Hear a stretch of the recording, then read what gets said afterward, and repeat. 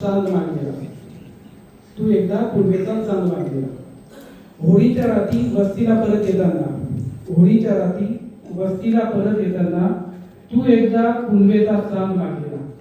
होळीच्या रात्री वस्तीला परत येताना तू एकदा पुनवेचा चांद मागलेला. बाबळीच्या काट्यात पिवळ्या बाबळ फुलोऱ्यात तो लपलेला. बाबळीच्या काट्यात पिवळ्या बाबळ फुलोऱ्यात तो लपलेला. त्या दिवसानंतर काही ऊन पावसाळे आले गेले. त्या दिवसानंतर काही ऊन पावसाळे आले गेले. चांदई फुलले हसले, बाबळ फुलोऱ्यात अडकले. चांदई फुलले हसले, बाबळ फुलोऱ्यात अडकले. मातर पुन्हा कुणीनं थांबून धावले, ना हरकून मागले. मातर पुन्हा कुणीनं थांबून धावले, ना हरकून मागले. चांद तसेच मावळले, चांद तसेच मावळले. धन्यवाद.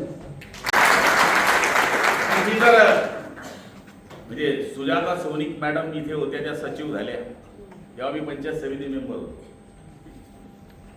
किती कलेक्टर पाहिले मी, बरेच पाहिले.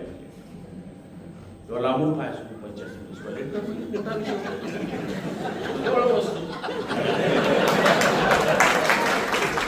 आयुष प्रसाद काय कलाकार माणूस होता.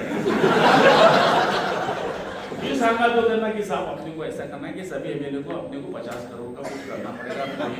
माझ्या पहिले ते फोन करून देते, आप इतना करतो म्हणजे मेला झाला गोळा. म्हणजे माणसाला बॅलन्स कसा ठेवावा हे मी त्या माणसापासून शिकलो. आणि मित्र म्हणून ते गेले. जवळपास 7-8 वर्ष झाला मी पालकमंत्री आहे. 3 वर्ष परभणी पालकमंत्री होतो, 2 वर्ष बुलढाणा पालकमंत्री होतो. पण माझ्या कोणत्या तक्रारी कलेक्टरशी झाल्या नाही. सगळ्या कलेक्टरनी माझ्या कधी तक्रारी केल्या नाही, ना प्रांतांनी केल्या. मी अर्धे प्रांतांना जनरली फोन पण करत नाही. काम आलं तर फोन करतो, तहसीलदार काम असलं तर फोन करतो. माझं म्हणणं असं आहे की जेव्हा वाटेल तेव्हा रुबाब असला पाहिजे, फोनची पण इज्जत पाहिजे ना. हाताळली आणि पुढचं काम आपलं नेहमीच काटेकोर करण्याचा प्रयत्न त्यांनी सुरू ठेवलेला आहे.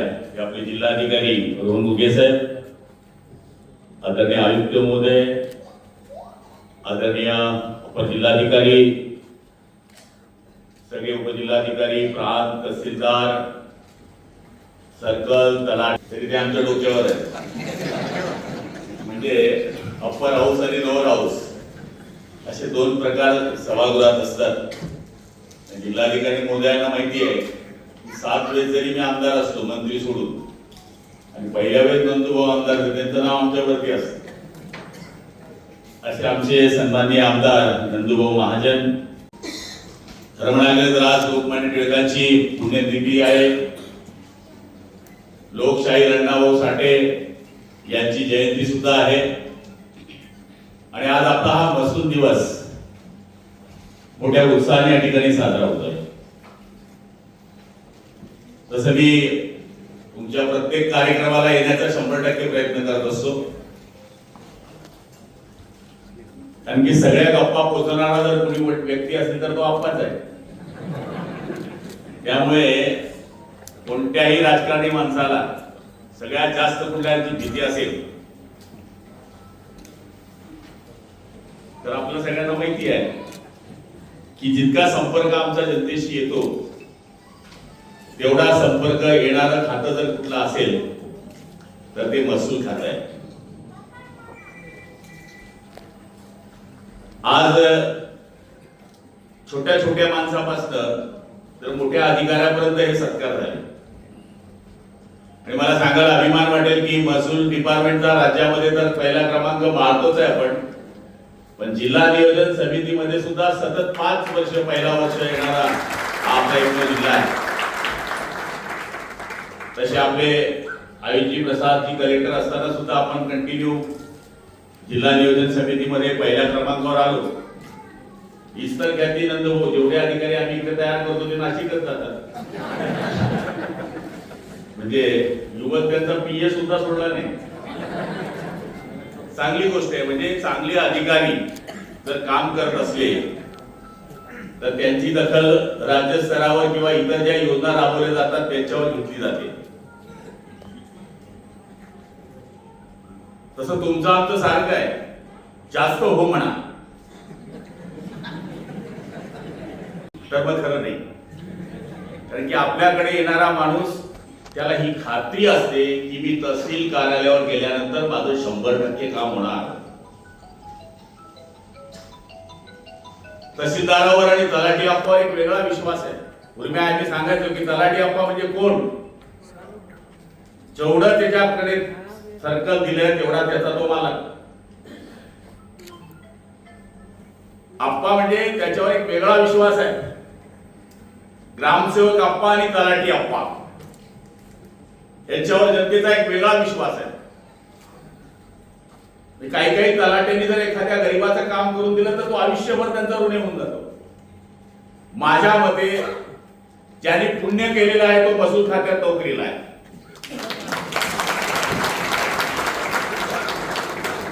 लोकांना वाटतं त्रास आहे, प्रत्येकाला त्रास आहे. काय आम्हाला त्रास नाही? सगळ्यांना त्रास आहे. इथे फक्त हो म्हणा. याचं कारण येणाऱ्याला जी आशा असते ती सगळ्यात महत्वाची असते. मला आठवतं एक वेळेस मी 99 साली पहिल्या वेळेस आमदार झालो त्यावेळेस बीपीएल मोबाईल होते. ते मोठे म्हणजे इनकमिंग बी 7 रुपये आणि आउटगोइंग बी 7 रुपये. मी 3000 रुपयाचा सेकंड हँड मोबाईल घेतला होता आमदार झाल्यावर. माझं कारला एकदम छोटं होतं म्हणजे 10x10. आता एक कार्यकर्ता इतका मजबूत होता पण तो घुटण्यात होता, ही पैलवान होता.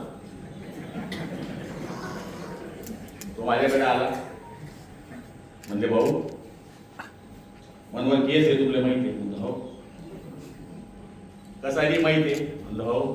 आंदोलनाची केस होती, काही बिकारा जजले बोलला.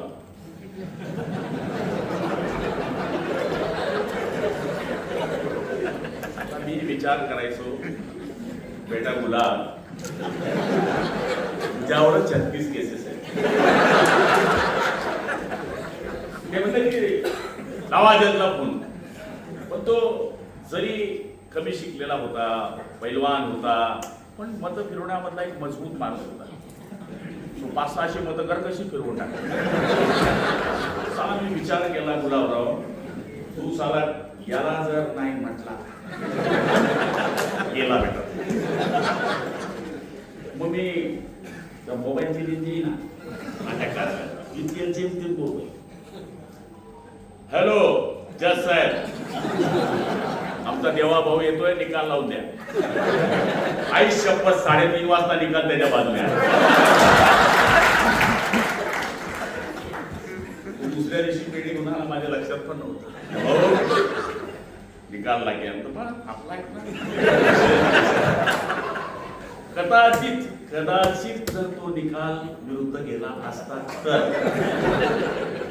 मी सांगितलं असतं वकील कच्चा लावला बेटा. ते सांगायचा अर्थ असा आहे की काही प्रसंग असे असतात की ते प्रसंग आपल्याला समजतात पण समोरच्याची आपल्याकडे परमेश्वरासारखी श्रद्धा असते आणि त्या श्रद्धेचा जर तुम्ही आदर करू शकला नाही आणि त्यावेळेस त्याला आवडेल असं काही करू शकला नाही तर खचित सोन्यासारखी माणसं आपण गवू शकतो. त्यामुळे हा विरोधाचा जरी भाग असला तरी हा उदयस्पर्शी कार्यक्रम होता. याचं कारण आमचं भांडवल जसं कलेक्टरचं भांडवल तलाठी अप्पा आहे तसं आमचं भांडवल आमचे कार्यकर्ते आहे. त्यामुळे आपल्याबरोबर वेगळे वेगळे जरी असले तरी आपली धारा एकच आहे, समाज सेवा, जनतेची सेवा, लोकांमध्ये जाणे, लोकांची कामं करणे हेच आपलं काम आहे. आणि आज आपण बघतोय पूर्वीसारखं राहिलेलं नाही आहे. मी पाहिलंय, शिक्षक मी पण पाहिले, तुम्ही पण पाहिले. पहिला गुरुजी यायचा, हातामध्ये काठी किंवा थैली असायची, पांढरी टोपी असायची, पांढरे कपडे असायचे. गुरुजी आला तर टपरीवरचा पोरगा गाव सोडून पळायचा, अशा पद्धतीने चित्र होतं. शिक्षकाने जर पोराला मारलं तर बाप सांगायचा एवढं मार की तो पुन्हा मस्तीने गेली पाहिजे आणि पोट्टेही म्हणायचं छडी लागे छमाछम विद्या येई घमाघम. त्या काळचा तलाठी अप्पा आणि आजचा तलाठी आपण बघतोय, सगळा फरक झालाय. आता 12 खिशाचा चड्डी असलेला मास्तर मी बघतो, म्हणजे त्याने ते कपडे घालून असा माझा विचार नाहीये.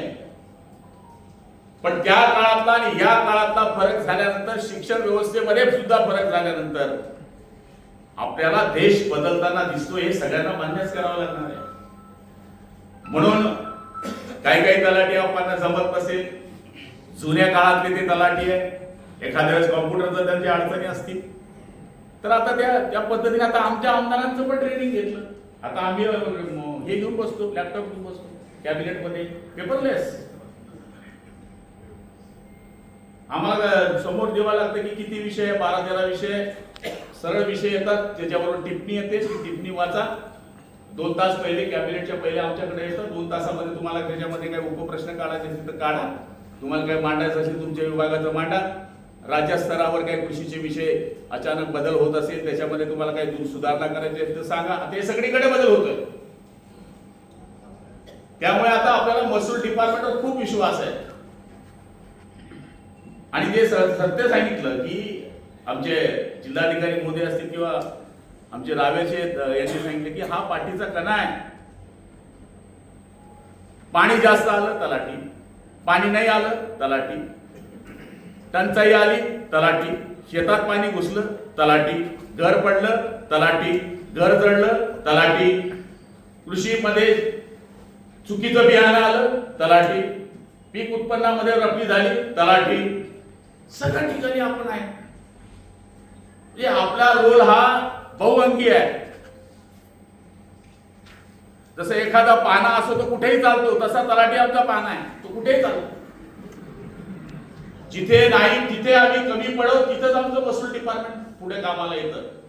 आणि आज त्याचीच प्रचिती आपल्याला आली की काल एवढा पाऊस आला आणि महसूलने आज थांबवून दिला.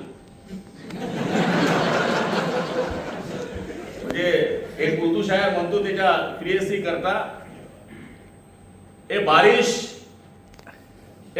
तू थम थम के बरस, ए बारिश तू थम थम के बरस कि वो आने पाए, लेकिन वो आने के पास जमजम के बरस कि वो जाने ना पाए. सांगायचा अर्थ असा आहे की आता एवढे कलाकार बसल्यानंतर मी पण बोललं पाहिजे ना. आणि मी तर सांगतो छंद जोपासला पाहिजे. मी अजून सुद्धा साहेबांना सांगितलं, मी 15-20 दिवसामध्ये आम्ही 5-7 मित्र बसतो, गाणे म्हणतो, मजा करतो. माझ्यावर बरीच टीका होते, कोणी पाडू शकत नाही ना टीका करू, निवडू द्या तुम्ही. माझं जर रेकॉर्ड चांगलं आहे तर मी बाकीच्या गोष्टीचा विचार काय करा, तुम्ही गाणे म्हणतो काय म्हणतं तुमच्याकडनं ते करा तर करा. शेवटी माझं बी लाईफ आहे ना, कमी बधीर राहायचं आयुष्य, फ्रेश राहायला पाहिजे आयुष्यामध्ये. माझ्या मुलाचं काय होईल ना, तुझं काय होईल ना, ते काय व्हायचं ते होणारच आहे. ते तुम्ही ठरवू शकत नाही आणि मी ठरवू शकत नाही, ते प्रारब्धात दिलंय. भलते लोक टेन्शन घेतात. तुमचं आमचं तर चेक येत ना, सारख्या बीपी शुगर निघतील आयुष्यात. आमच्या 214 आमदारांना 2 आजार आहे, बीपी प्लस शुगर, पावर होऊ शकते. लोक म्हणतात तुमची मजा आहे, ते पत्रकार तर नेहमी आमची मजा संपत असतात. तर आमचं काय म्हणणं नाही, पण आमच्या भावना, आम्ही सुद्धा माणसं आहोत, तुम्ही सुद्धा माणसं आहे. महसूल डिपार्टमेंटला असं कधी म्हटलं का रविवार आला आणि बार आली मी येत नाही? हा, 100 चुका होत असतील तुमच्या, पण चांगल्या गोष्टींचा सुद्धा समाजाने स्वीकार केला पाहिजे, असं आमचं डिपार्टमेंट आहे.